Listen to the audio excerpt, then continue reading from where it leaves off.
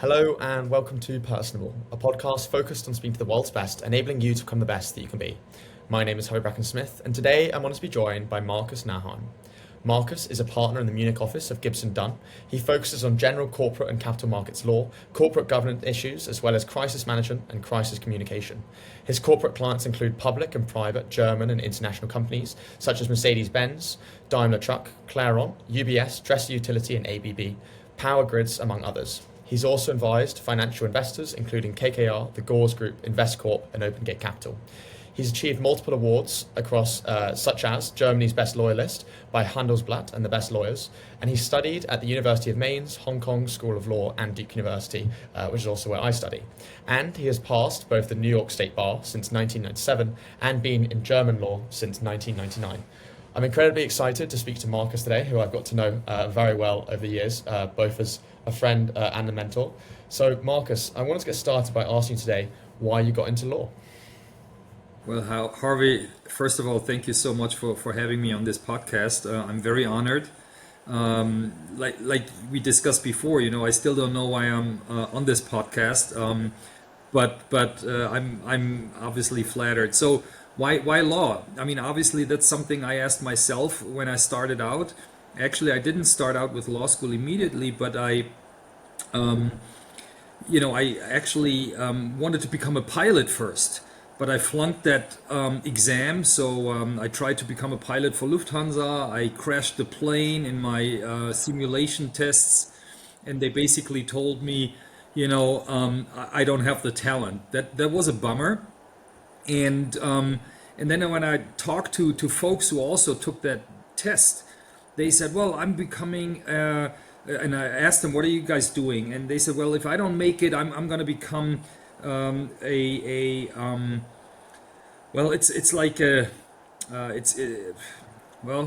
it's called industrial engineering, but it's a combined studies where it's a business course but also an engineering course. And I actually started out doing this for one semester, but then I also realized this is not me. And the most exciting class was like accounting, and I thought, well, this can't be it. So I was not the engineering type of guy. And then I kind of tried to, tick off or take off from the list of all the things that I am not. And then law was one of the things where I felt, this is something where you actually assume responsibility. You can help others. You're a trusted advisor. It's a great foundation for a lot of things. And at the time, I didn't know whether I wanted to become an attorney, a judge, or a prosecutor. That all sounded fascinating. And then actually, when I started to go to law school, those law courses were really fascinating. And then, I kind of carved out my career that way.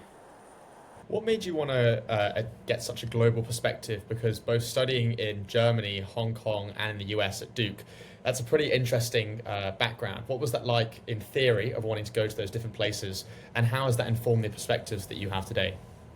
Yeah, and maybe that also explains why I wanted to become a pilot. Maybe I wasn't really interested in flying, but I was probably interested in traveling, in getting to know other cultures. And at the time when I grew up, the world was kind of divided into, two sides. You had the West and you had the East, you had the Cold War. And so our perspective was always towards the United States. And that was a big dream of mine.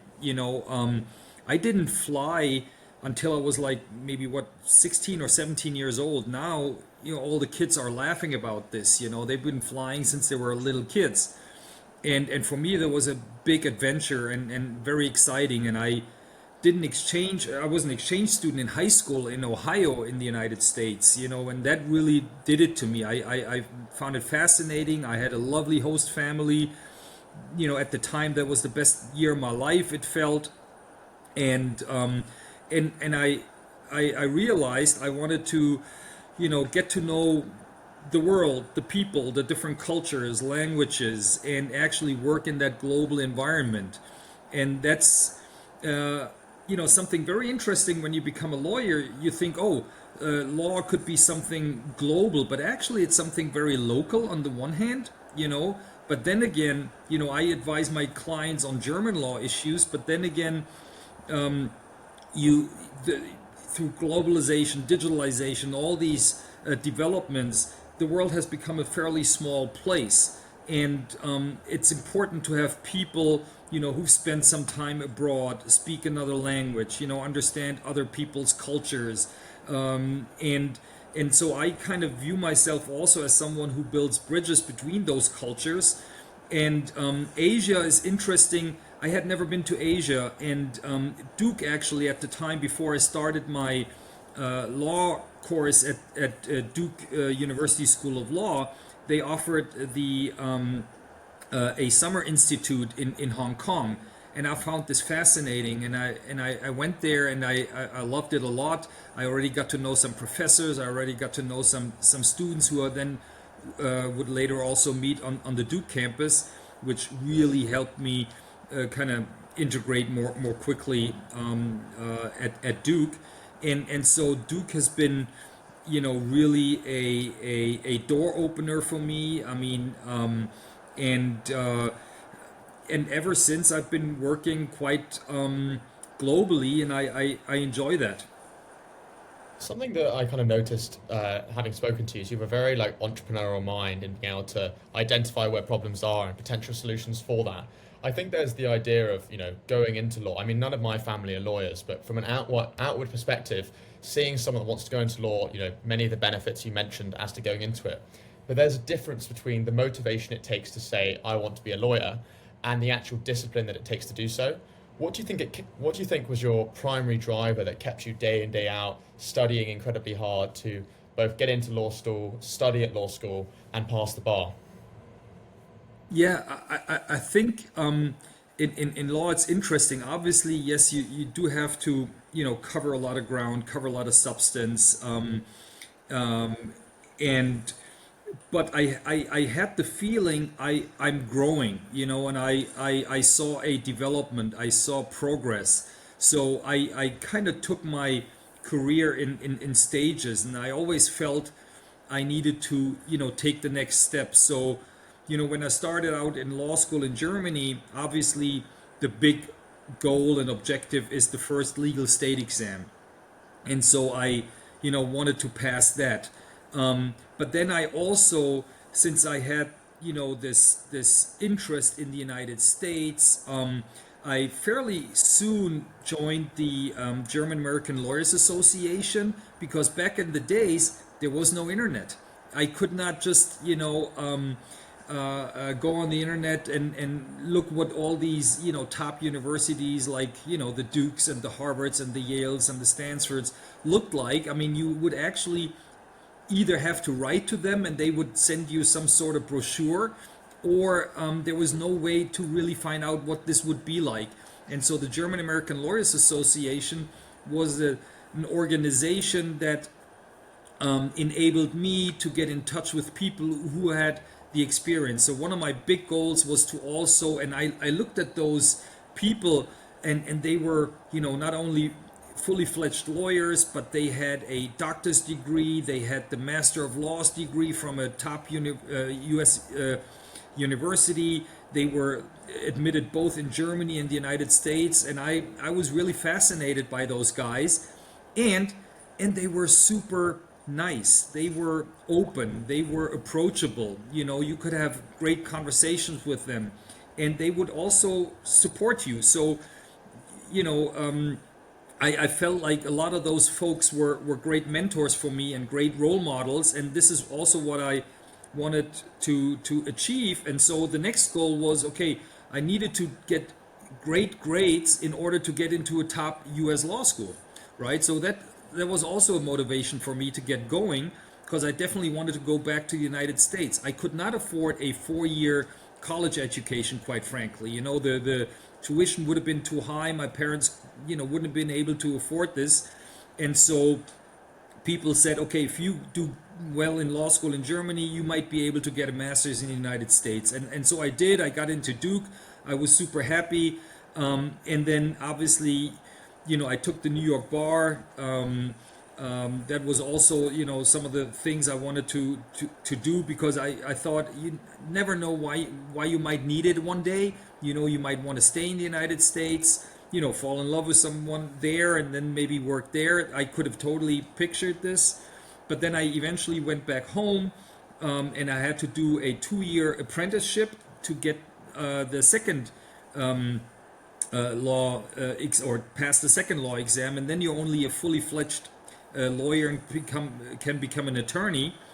And at the time I didn't want to get a doctor's degree, right? But I took a very interesting class at Duke, and I felt, well, I wouldn't know about this. Well, it was media law, or it was basically it was sports law, and it was a very interesting class by Professor John Wiestart. So at Duke, and he taught athletics and antitrust. So it was like the antitrust issues of the 4 large professional sports leagues in the US. And I love sports, and I really love this. And I asked him, what would I have to do to get into this type of industry?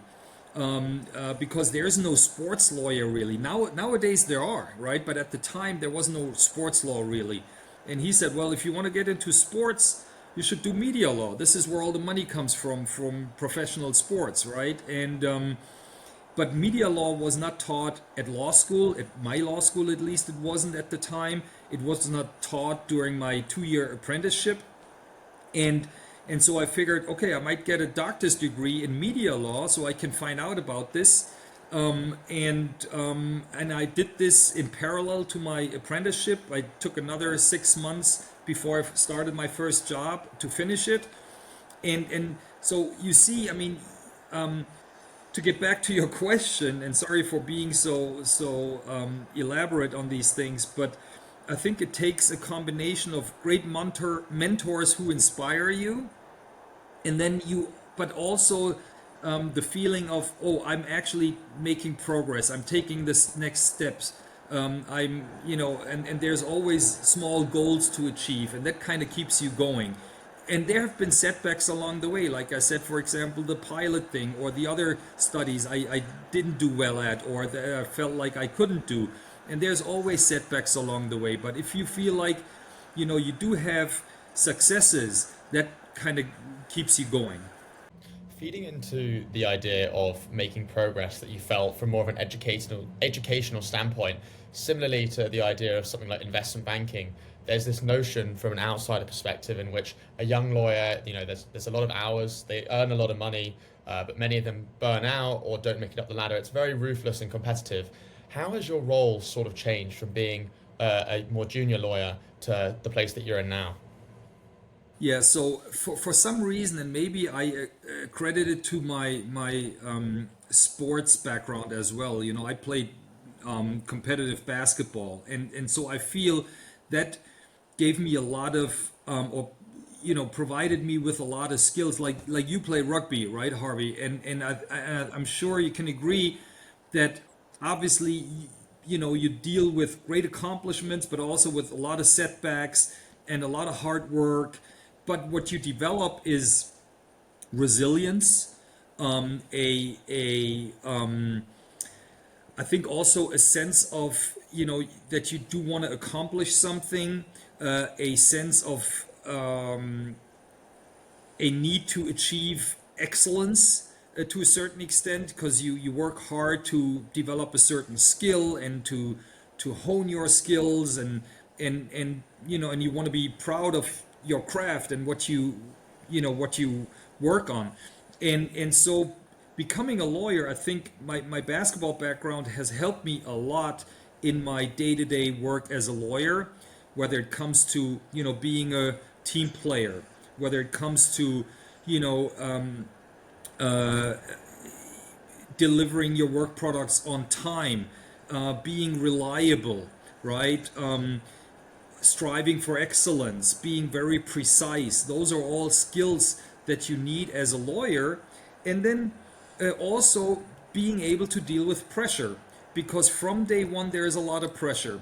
Because when I started as a lawyer, my first day was like, whoa, now I'm the lawyer. Now the clients expect me to know all the answers to their questions and problems, but I have no experience whatsoever. But, I was representing the firm that I worked at, and they expected me to, be a good firm citizen and representative from day one. And they wouldn't hide me back in the closet or in the back office. I would go out there, in client meetings and do what I was capable of doing at the time.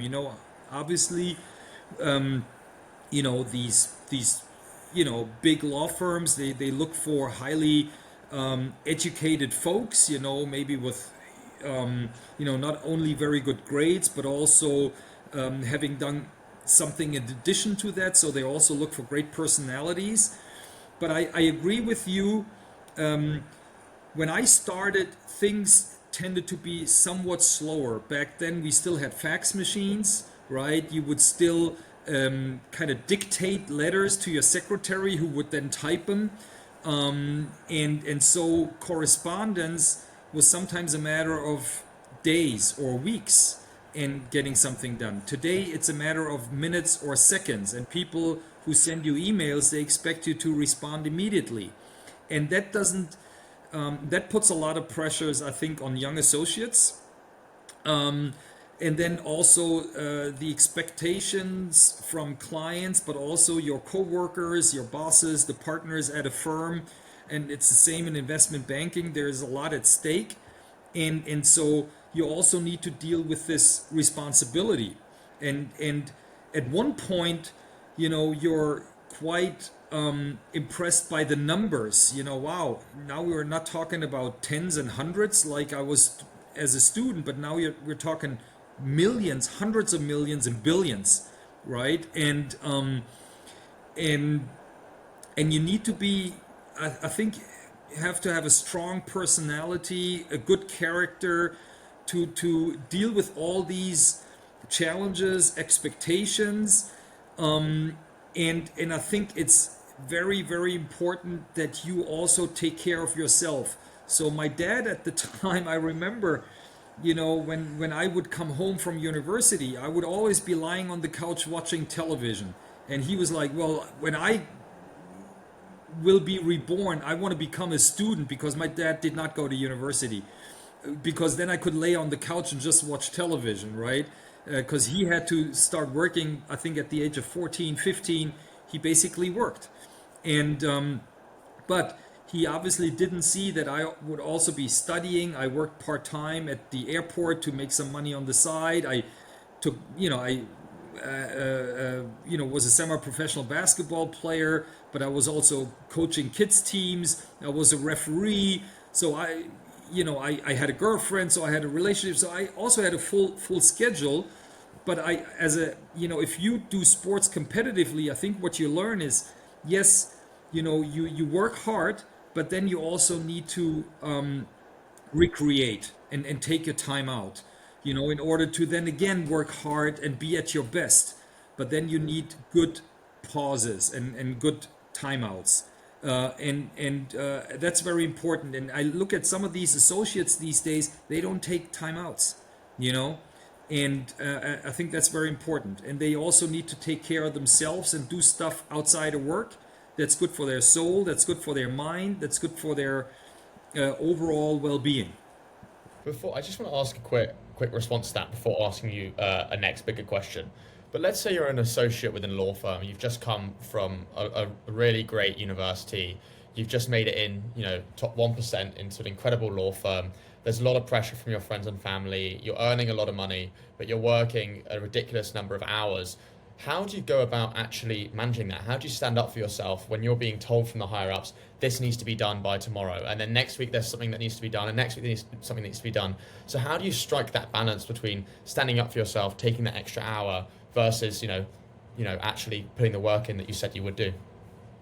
Yeah, and I think first of all you need to closely look at the environment that you're getting into. All these big law firms or investment banks, from the outside they all look alike, okay? But actually, if you look behind the curtain, it's different. It's people, and I think you should take a very close look at the people you're going to work with, because those are going to be they're going to be your support system also. It's not that they only give you work, but those are the folks you work with, and you expect them to have your back, and this is how I view it. And so I've been extremely fortunate with the teams that I've been working in over my career. Those have always been amazing environments, and yes, we work hard, and there's a lot of pressure, particularly from the clients, not so much from your coworkers or your bosses, but from your clients, obviously, because they really do expect you to get it done. Because if they could do it themselves, they would do it themselves. So they rely on you, and there's a lot of pressure on them, whether it's time pressure, cost pressure in terms of cost, efficiencies, and what have you. And they expect you, since you're well paid, you deliver, okay? And it takes years and years and years to build a trusted relationship, but only one, and pardon my French, screw up, I would have said the F word, but one screw up, and this relationship is gone, and they turn to someone else, okay? So, but that's why, and it's interesting, that's why I think it's so important to establish and build very good relationships also with your clients, because they will also understand when you, for example, have a hard time, maybe in your personal life or personally with respect to your health, and they will understand this, right? So you have to treat them well, and they will treat you well. And so for a young associate, again, I think obviously trying to become as efficient as possible over time, it's not going to happen overnight, but work on your efficiency. I'm a big believer in the 80-20 rule, where 20% of the effort will actually result in 80% of the outcome. And that's true for a lot of things in life.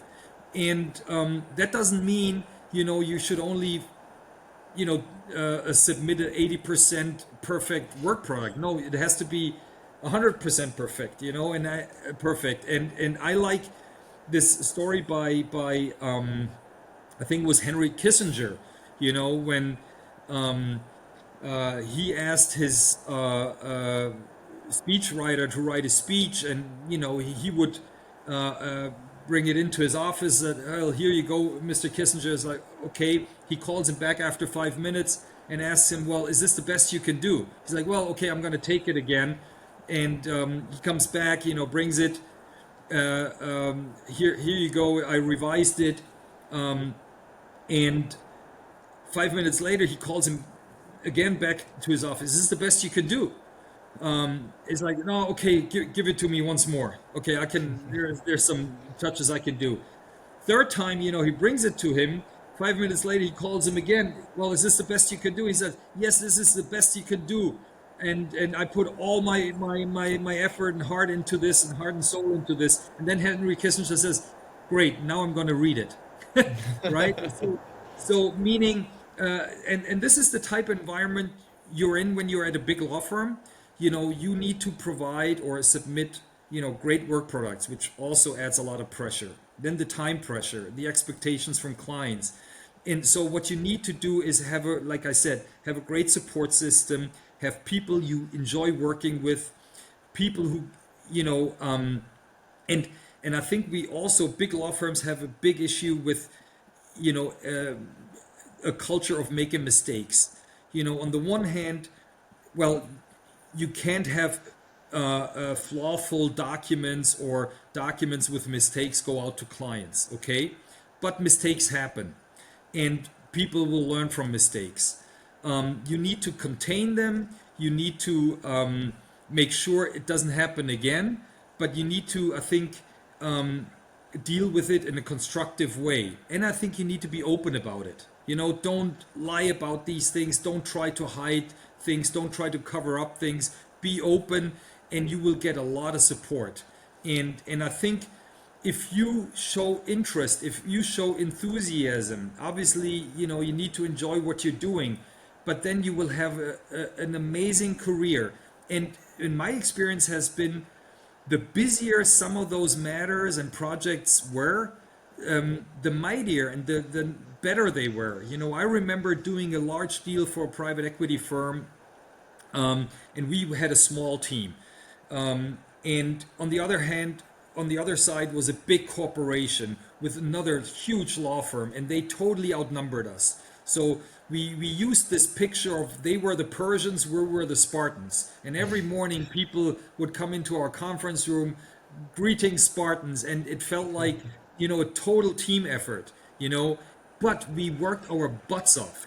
You know, I had to cancel my vacation. Everybody on the client's team had to cancel their vacation. It was during summertime. It was the biggest deal for this private equity client at the time. And we all assumed responsibility and ownership and wanted to get this deal done. And we were all in one boat, and nobody, you know, took advantage of the other. We were all kind of rowing, and that was actually a great feeling. But then obviously everybody needed a rest, and you need to take a rest at the right time. So you can't go on for like this forever. And make no mistake, there is nobody, you know, who works week in, week out, really super hard. There's also down times, but then there's super busy times. But you need to use your down times to your maximum advantage and get rest, you know, on a regular basis. And then if you feel it's too much, you should be able to have an open conversation with your bosses, and they will understand. I wrote down two things, and these are kind of parallels between being a lawyer and the world of finance. So I'm pursuing a career in sales and trading. I've got an internship next summer at Goldman Sachs. And the two key things that I learned from that, which are similar to law, is never lie. And that's as simple as, you know, not saying the truth is as much lying as blatantly and intentionally lying. And the second one is the importance of relationships. And I think it's somewhat ironic that in this world of AI and digitization and the rise of technology, people would have thought that people aren't as important. But actually, they're even more important. If you look at the likes of Meta with their researchers, they're paying hundreds of millions, tens of millions for the best researchers on the planet because there's a limited few of them. And so what happens when you come down from 100,000 people to only 100 people, the most important things are their responsibilities, their morals, their ethics, how they treat one another. And so I think it's really interesting that those similar parallels of people first, no matter what you're doing, are incredibly important. No, and I fully agree, Harvey, and I couldn't agree more, because those and I wouldn't even call them soft skills, you know, but those skills that you don't necessarily learn in law school or in academia, you know, but you need to have a great foundation. You learn this in your family, obviously, you know, with your friends, but also with your coworkers, how you treat each other. You know, it needs to be respectful, and like you said, honest, open, and then you can accomplish amazing things. And I also think that these soft skills, people skills, you also learn this, you know, in your hobbies and the other things that you do. You know, when you do sports, a team sport, obviously, I think it's very helpful. That's and so don't underestimate those relationships. I love the advances that we're making in terms of technology. I think it takes away a lot of what I would call glorified shit work, you know, that we needed to do and that clients had to pay for, and they were not happy to having to pay for this. So I think eventually technology will take this away, and then you can actually focus on the relationships. You can focus on the judgment you provide, on the guidance you provide, you know, and really work on those, which really adds a lot of value, and maybe most value, quite frankly, you know, because yeah, you can have people drafting documents, armies of people drafting those documents, but who are the people, you know, the so-called rainmakers who actually have the relationships, who kind of bring in the work, who maintain those relationships, and you don't do this through technology. I'm going to draw a parallel with this question and then my question after your response. But I was speaking to a hedge fund manager on this new sort of segment I've started called Personable Markets. So every Monday I speak to a hedge fund manager, VC, or investment banker on real world, like current news and events. And I was chatting to him about AI, and he was basically saying, like, you get an earnings call, and what will happen is there'll be keywords such as AI or positive words, and all of these quantitative hedge funds will come in, scan it, and then they'll buy or sell depending on what the transcript says. But what he's saying is that all these bots and AI models have been built in a certain way as to extract certain pieces of information. So what that means is with the human touch, with the human element, and with our own understanding, there are things that these AI bots will miss. And I think it's the exact same thing in law. Sure, there'll be people that can do things more efficiently and better. But at the end of the day, I wrote down that you need to have an element of differentiation, you need to have an element of storytelling ability, relatability, and the human element and human sense. And that will never be replaced by AI because you need a human to be able to relate to other humans. And so I think that's the key edge in being different from AI. No, absolutely. Quite frankly, there are going to be some things that probably will not turn out great, and we need to be very careful how we use it going forward. But I'm more excited than I'm worried. The other topic and question that I wanted to ask. So I've been much more interested in finance, from my own experience and what I relate to. And looking at a hedge fund manager, for example, I've done 2 internships at a hedge fund, and I was looking at how portfolio managers develop what they call an edge. And their edge is basically how they're going to go out against the market day in, day out each year and deliver returns for the client. And that might be, I have a target of making 5 to 10% a year. Maybe I try and match market returns and make 2% more with less volatility. Maybe I focus on just tech stocks, or I focus on, whatever it is. But they write down their process, and that becomes known as an edge.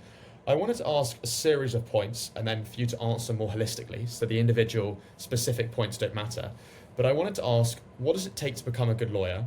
How do you develop an edge? What is the key to a good argument? How to win cases? What does a bad lawyer look like? And how do you good research? So not really the specific parts of the question, but more holistically, what it takes to become a good lawyer. Right. And so there's a few things I would say from my experience. First of all, I think you need to have a will to be precise. Okay, so when I look at work products, when I look at people who are struggling maybe in our profession, it's they kind of lack this willingness to be very precise. Because our one word can make a huge difference, right? So you also need to embrace language, because those are your tools and those are your weapons, right? Is the language. So I think you need to have very good both written and oral communication skills. And then I think you need to have and what law school will teach you is basically thinking logically. So if you have that, that's certainly a plus. But you will also pick that up during your studies. I think what else makes a lawyer successful or differentiates a good from a bad lawyer is also the ability to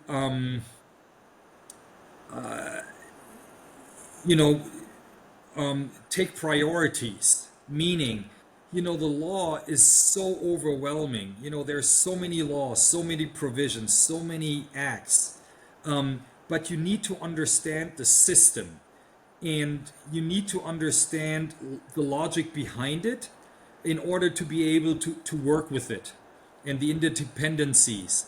So you need to be open-minded, and I think what also helps, at least as a lawyer, maybe as compared to a judge or a prosecutor, I think it would help if you actually have a tendency or the willingness to help others, to be a service provider. Because, I keep telling applicants in interviews, it's like, hey, if you don't like to stand at a bar with a drunk guy at 1 o'clock at night, you don't become a bartender, right? And so as a lawyer, you have to understand you're a service provider, and you need to love that. You need to feel happy if you make other people look good, because rarely you're going to be in the limelight. You're not going to be on front and center stage. This is going to be the CEOs, the CFOs, the board members that you advise and counsel. And so you need to make your clients look good. And I think that's also a trait that you need to possess. And you also have to remember you're not necessarily the decision maker, but you're the trusted advisor. So you help other people making decisions, and I find myself a lot of times where people just ask me for help or advice, and I don't ask for anything in return, and I do it. And my wife keeps telling me, why don't you charge those people? It's like, hey, they're our friends, their family, they're whoever, they need help. I don't, and it's, I guess it's also just in my personality. I think I got this from my mother, but I think that would be something that you would need to bring to the table. And if you, for example, if you don't want to read the small print, if you don't want to do the work, because if you want to only be able to have other people, provide you this type of guidance and advice, and you want to take the decisions, then you go to business school probably, right? And you're the decision maker. And because a lot of lawyers, but I think this is changing, they're very bad at taking decisions. I mean, I remember 10, 15, 20 years ago, or 25 years ago when I started out, I mean, lawyers were very reluctant to take a decision, but they said, well, it cannot be ruled out that. And then they would leave all the options open, but they would leave their clients standing in the rain. And this is very different. Today you have to say, okay, you got option one, you got option A, B, C, and here's what I would do if I was you. Okay, I can't guarantee that it's going to turn out that way, but here are the risks associated with it, here are the benefits associated with it, and this is what I would do. And this is what clients expect. Clear guidance. They might not agree with you, they might go take another path, but I think a lot of times we saved our clients from taking bad decisions, and they turn out to be well. And that's why I think that's the last thing I would say to become a good lawyer, and this is what you will also develop over time, is have great judgment. Because I'm paid not these days as a partner at a big law firm, not because I can draft certain documents, but because I provide judgment and guidance to them. And that also goes hand in hand with what we talked about earlier. Other experiences that you had made maybe outside your profession, outside the law, outside of banking, like character, like values, okay, like being honest. And I think also for a great hedge fund manager, you don't want to chase the flavor of the month. If you look at guys like, and he was not a hedge fund manager, but he was a great financial investor. But if you look at Berkshire Hathaway and the great Oracle from Omaha, then he has played by rules that have been decades old, that don't go away. And I think also in investing, but also in law, there is a set of rules and principles that don't go away. The rule of law is something, when you look at it, whether it's equality, whether it's other things that don't go away, irrespective of what maybe the political flavors of the month, of the year will be. But the rule of law, which is good for the people, will outlast, seasonal tendencies and kind of fashion modes. I think what's very good, if you're a listener, and listening to this episode and wanting to get into law or wanting to pursue any sort of career, I think people might think from an outward perspective, oh, it's just jargon, be a good person. But what does that actually mean? it means that when a client and everyone is telling them they're guilty or something is going wrong or their company's done something bad, that you'll be there to give them judgment and give them advice, even if it's the hard decision and hard thing to tell them. It's integrity, it's honesty, and telling people things, even if it's hard. That's what you get paid the big bucks for, because those are the things that not everyone is willing to do. You know, there's many people that when a case gets bad, when a deal goes wrong, they'll run away, they'll leave you in the rain, they'll leave you in the dust. But especially in this social media age, in which, you know, court cases being streamed across the world to millions and millions of people, as you saw with the Johnny Depp Amber Heard case, and you've seen with many others, where even just the lawyer has got to make their client look good before the verdict's even out, and that's half the battle. I want to move on to another big topic. But if I can maybe just add to that last point that you mentioned, and this is what I would also tell particularly young lawyers, you know, don't always let your client abuse you, or not always, but be careful that your client doesn't abuse you. You know, he might wants a certain result and you can't give that result because it's not the right answer or it's not in accordance with the law. And you need, like you said, you got to be strong, and you got to be telling people, hey, I can't do this, because you're going to get into trouble, and you need to have a lot of integrity and a strong character to not do this. Even though you might want to please your client, you don't want to lose the client, you don't want to lose this account, but don't do it, you know, because in the long run, it's not going to pay out. I want to go more into sort of relationships, and you know, I mentioned some of the incredible clients that you've had, such as KKR, Mercedes, etc.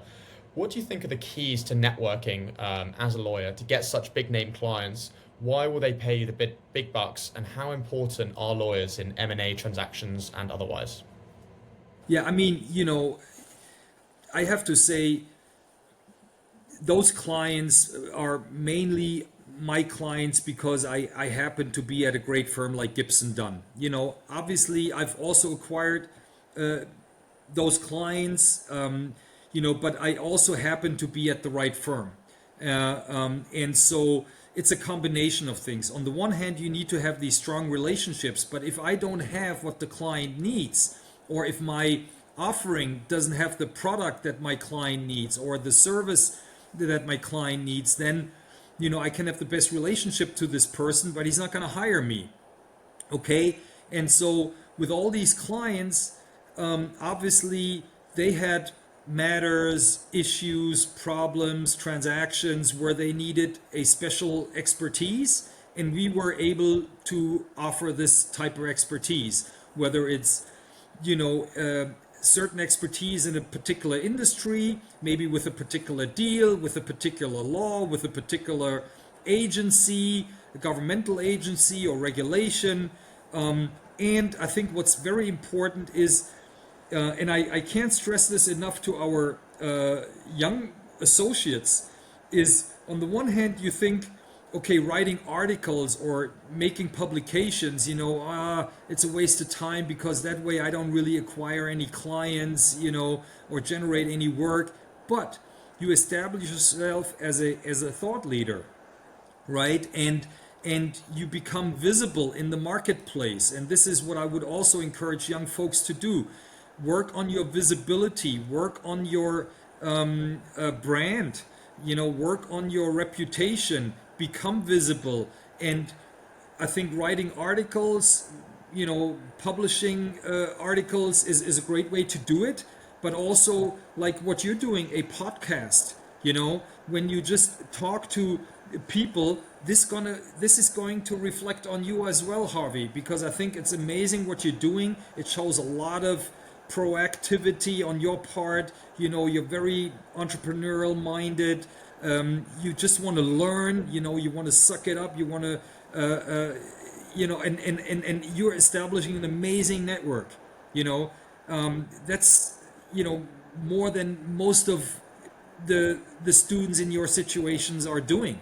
You know, they might have 2 or 3 people. Now you have probably hundreds of people now in your network. It's amazing. And so I think that's also very important, and just being a great lawyer is not sufficient. You have to go out there and tell the world that actually what it is that you know, what you're good at, and establish yourself as a thought leader. I appreciate your compliment towards this podcast and in building network. And there's a lot of advice that you've been able to give me on that front, which has been great. Like you sent me a Christmas card last year, and that was just out of nowhere. And like the amount of people that would go out and send a Christmas card is so few. So the very fact you did that meant quite a lot to me. So I really appreciate that.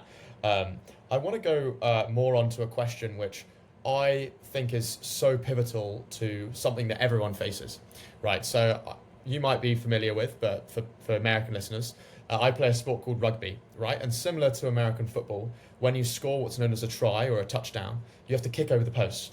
But different to American football, it's not really in the middle of the field. It can be to the side, right? So you score on the far right-hand side and you've got to kick to these posts in the middle. And you feel this pressure, right? I've done these kicks a lot. And this is an extra 2 points in rugby and maybe 1 point in American football.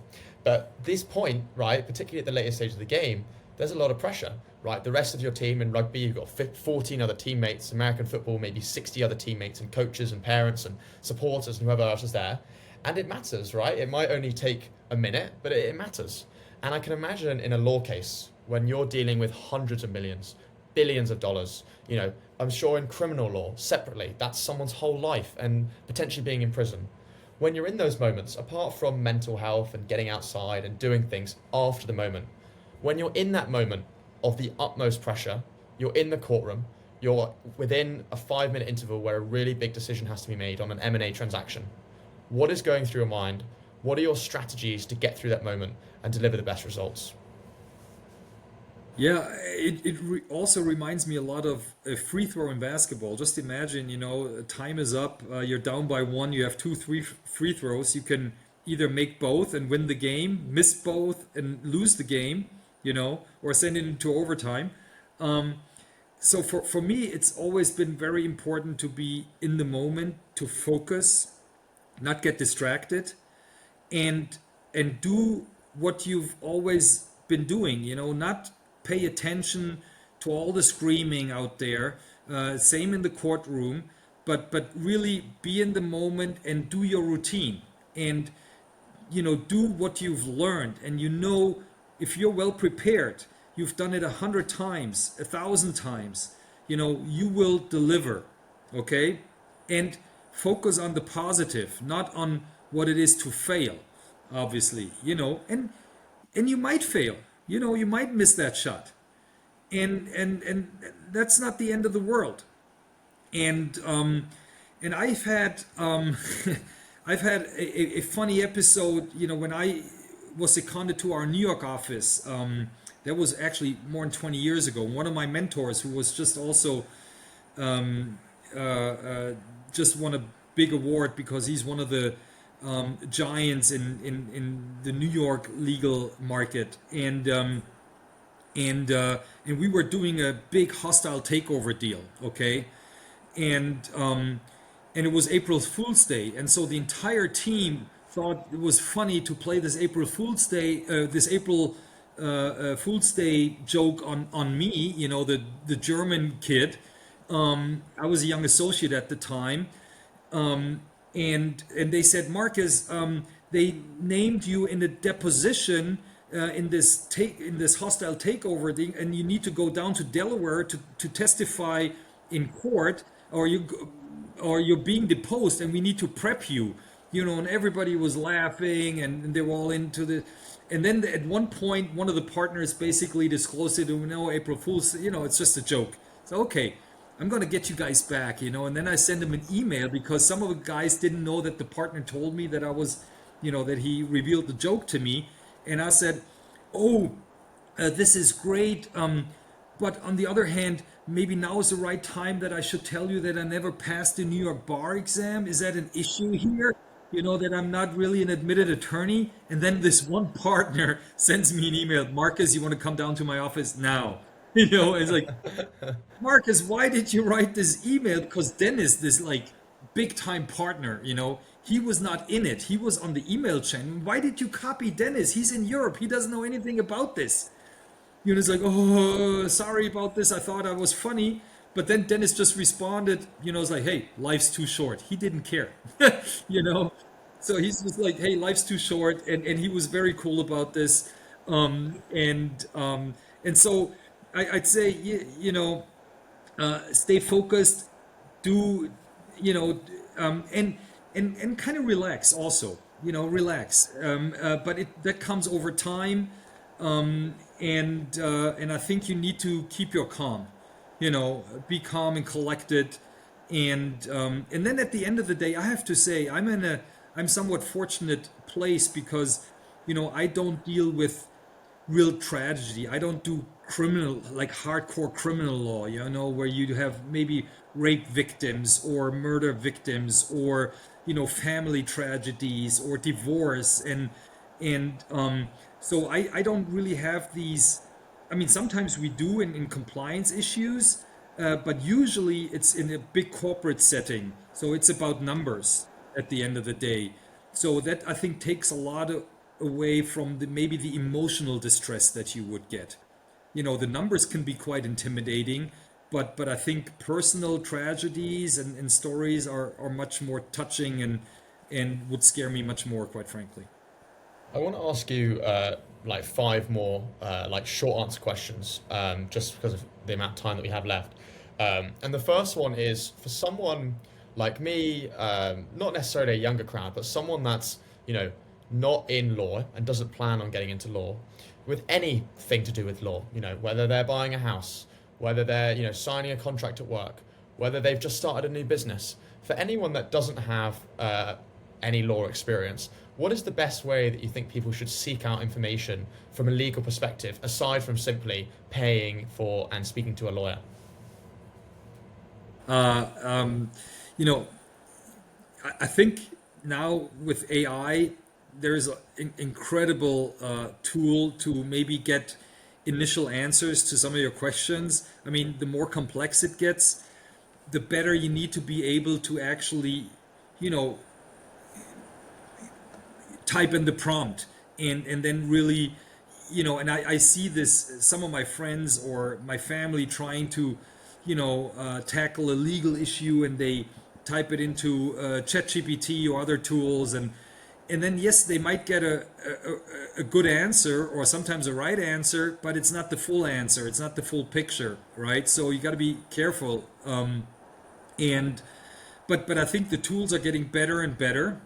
But I think you would also just need some common interest in these things. I know, for other people's, it's finances. They don't want to talk about money or law. It's just boring. I get this. But look at the things that are really important to you, whether it's your employment agreement. Just try to maybe understand the most important things that affect you substantially. And so maybe talk to someone who is a lawyer, who's a friend, that you don't have to pay, maybe to teach you the one or other thing. I mean, fortunately, I'm also a lecturer at the Technical University Munich, and I teach a course in law for entrepreneurs. It's corporate finance and law for entrepreneurs. So it's basically business students who also have to take a few legal courses. And so what I'm covering is all the legal aspects associated with founding a company, financing it, and then also providing it for or preparing it for an exit. And I found this super helpful. And they also, it's like a crash course in law for entrepreneurs. And obviously, if you can sort out those types of things, or maybe there is books on these things and to read them, but just try to familiarize yourself a little bit with these legal issues so that they're not really super alien to you. What's a question that you're often not asked enough? Well, sometimes it's very specific questions to legal issues, and then I a lot of times have to pass because I'm like, oh, I'm not a real estate lawyer, I'm not a divorce or family lawyer, I'm not a expert for traffic accidents and stuff like that. More so towards your own personal life. So, for example, a question I had when I was interviewing the Chief People Officer of Citadel Securities, it was a very podcast focused on Citadel Securities, his role within the firm. And then he was like, what do I do on the free time? And then his answer to the question was he goes cycling, he likes reading books, and he likes traveling. So I want to ask you a similar question. Like, a lot of your focus in your life, is on law, but what's something that, a client, a friend, someone might not ask you often enough? Yeah, so obviously also, yeah, well, one thing they asked me, Marcus, how did you get into, you know, not representing, but mentoring like young basketball players, and I was like, well, obviously basketball has been a passion of mine, and I still play on like an old men's team. And then like about 8 or 9 years ago, when I walked into our gym, I saw these huge guys, and they were all super athletic, super talented. I was like, wow. And we have a great coach who is really developing them. And I said, hey, if I can help, and obviously, so what we've been doing is actually helping these athletes to get a scholarship at a Division I college in the United States. Now our first player was drafted to the NBA last year by the Orlando Magic. He's now in the German. Thank you. He's now on the German national team. They just won the the European Cup. He and his brother, we got his brother to go to Stanford. He also plays professional basketball. So those are the things that make me really happy. I don't make any money off of this. It's just that I love seeing these kids excel and go somewhere, and whether it's in sports or professionally, if I can be a mentor, that's really something outside the law that makes me quite happy. I've got 3 final questions. The first of which is, if I was to ask someone in 100 years' time, how would you want to be described and what would you want your legacy to be? Well, I would like people to say, oh, Marcus was a great guy, a good friend. He always had my back. You could always count on him. And, he made a small impact in the things he did in his community. He was just a good person who made a difference to the people he associated with.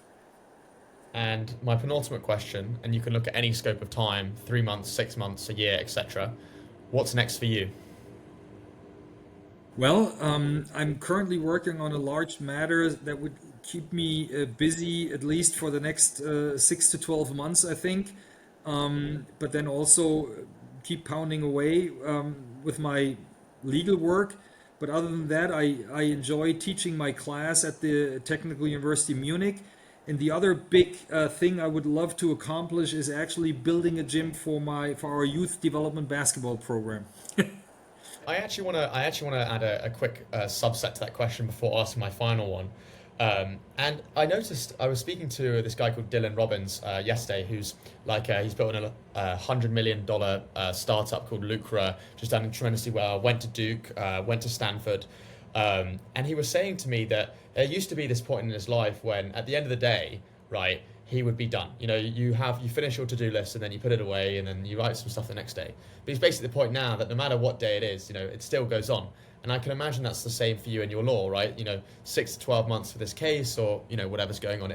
It never truly ends, right? So how do you balance the constant willingness to do the best by your clients, do the best for your firm, and want to smash this case, whilst also remembering the importance of to live life, spend time with your family, basketball, take a step back? How do those two sort of things intertwine?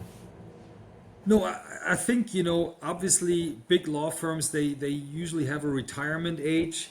I think at our firm it's like 65. And then you are kind of like kindly being asked to retire, unless hey, you just don't want to, or still feel like, you can contribute. On the other hand, I feel like what you were saying, just because your professional life might end at one point, your life doesn't end. And And I would not like to see myself, okay, just because I might not work as a lawyer anymore, that I don't have anything to do or just enjoy retirement, because there's lots of projects that I would love to tackle for which I didn't have time, being a lawyer. And there's probably 5 to 10 items on my list that I would be interested in.